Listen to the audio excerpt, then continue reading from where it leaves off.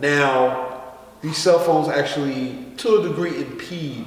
They don't impede on our ability to communicate, but they impede on our ability now to understand each other.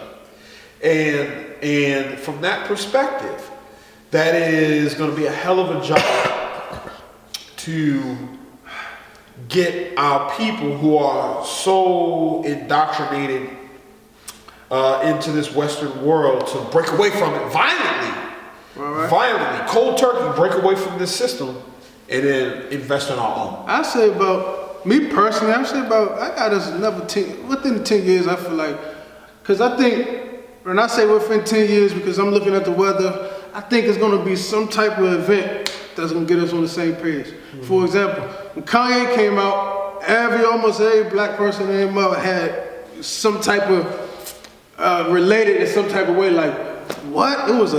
Slavery was an option. See how everybody was in uproar? Yeah. We was on the same page almost there. Yeah. I think it's going to be some type of event that's going to happen to where something's clicking. We all just going to have to get a bow on our knee. Like, oh shit, did you see that? Right. Did you see that? Right. Yeah, I seen that. Right. And we're going to relate. Right. You know, so I feel like something along those lines is taking place. Yeah. It's going to take place when... Shit, if this wasn't it, then I don't know. What happened? I said, if this wasn't it, then I don't know. Well, with Trump? But see, Trump again, the Trump thing, you talking about the shutdown?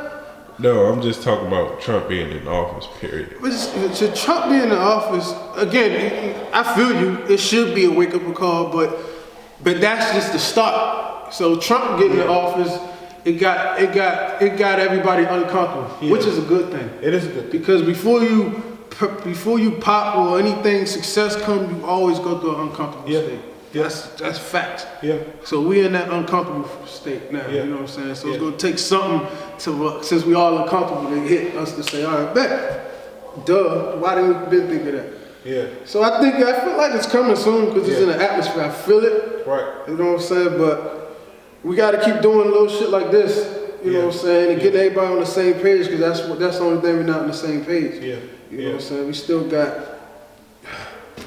It is going to take a long. It's going to take a long time, and I don't want to say like a long time, like it's 10 years away from us, but it is going to take a solid year of constant and persistent and diligent communication amongst our community. Another thing I want to also touch on is understanding the value of other opinions. Oh yeah, definitely. I think that the black community does a lot of talking, not enough listening to each other, and I think that listen. We have to be able to listen to even the most minute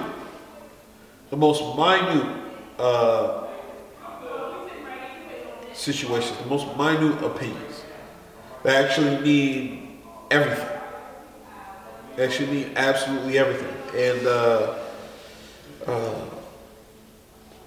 when we have that level of self-love for each other, that we value each other's opinion, or are willing to listen to each other's opinion, and accept the opinions for what they are, not take them for face value, not take them for insults. You know what I mean? But we take it for, that's just how my brother feels, that's just how my sister feels. Agree to disagree? Agree to disagree, but don't resist working with each other.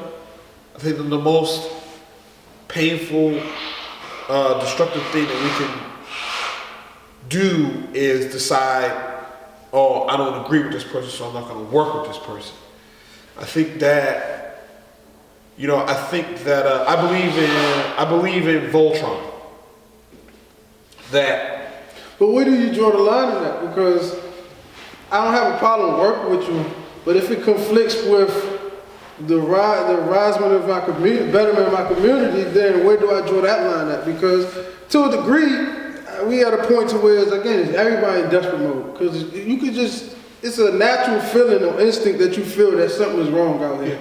So we in a desperate mode to where it's like, all right, if I listen to you, you kind of got to be spot on nowadays because if we work together and you take me down this rabbit hole again, that's going to set us back another 50 years. And we can't afford another real setback. Because remember, I said we almost facing extinction if you keep going down this way. Yeah. So I can't, I have to draw the line somewhere because I can't have no one else, another preacher, another minister, pastor, politician, teacher, taking down this same rabbit hole for the next generation is effed up. Yeah. You know? So I think that's where it gets kind of shaky now. Yeah. You know what I'm saying? Yeah. So it's either, like I said, it's either we're in the valley of decision. What side are you going to choose? Yeah. Now, you choose the side I'm on, then we can work together all day.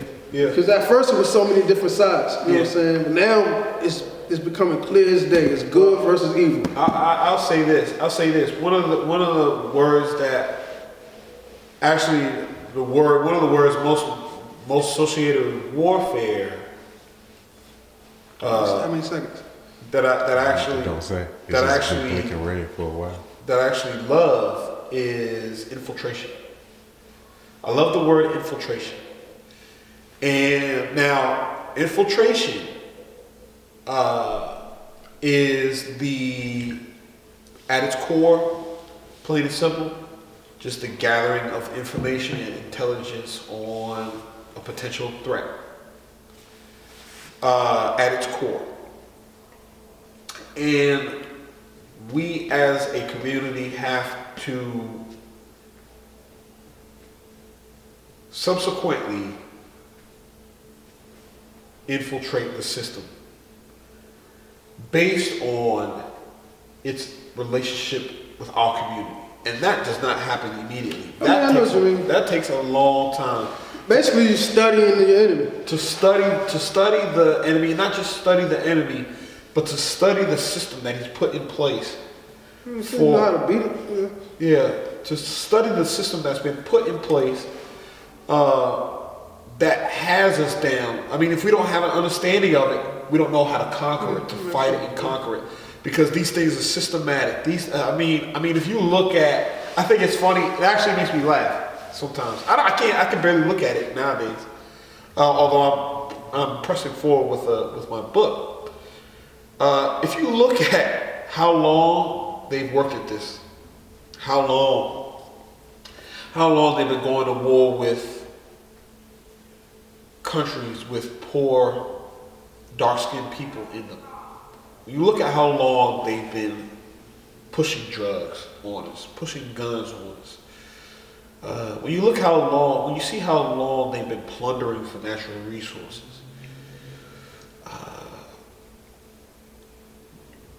you could conclude that we've been fully infiltrated right down to our community, right down to our culture. Mm-hmm. We don't even own the rap, the hip hop, the jazz, the rock and roll that we created. That shows me that we have been infiltrated and exposed. All right, exposed for everything of value that we could have for ourselves and keep to ourselves. We've been exposed. Mm-hmm. And that exposure could not have happened if we weren't at first infiltrated. Mm-hmm. You could not have a Rex 84 or National Defense Authorization Act without first having a COINTELPRO. Mm-hmm. And having years and years and years of, J. Edgar Hoover. But that answered your question. What's that? Because now that we're exposed completely, it's to the point to where it shows the hand that exposed us. Yeah. So now you see we don't have ownership in none of this. It's about time that we see, damn, who had a hand in that? Yeah. Oh, this person did. Yeah. Stay away from. Yeah. Yeah. And it's going to always go back to separation. Yeah. I think that that's another thing too. The music, our music has to change. Yeah. And I love our music. I love our music. I love Migos. I love Future. I love Moneybag Don't start this conversation. and Gotti and all these guys, right? But you know what? I love them. I love them because I'm a product of it as well. All right. The guys that were older than me, they had the jewelry, they had the cars and all these things, right? But from the perspective of history, just looking at things from a historical perspective, we're sending our children off to play a deadly game that they don't understand. Not only that, but from the perspective, from looking at this story from the perspective of eras, the narcotics era, what I call the narco era, all right, the narco era is over, all right. There is no way that we can make that broke today, rich tomorrow money like we made in the 80s and 90s. From what is called, the open air drug market. The open air drug market is closed. It's over with. We don't have. When you say close, like what do you mean exactly? Like it's not happening? So. You mean it's not happening to the degree to where you're making millions? It's not happening to the degree that we have these huge, robust organizations with the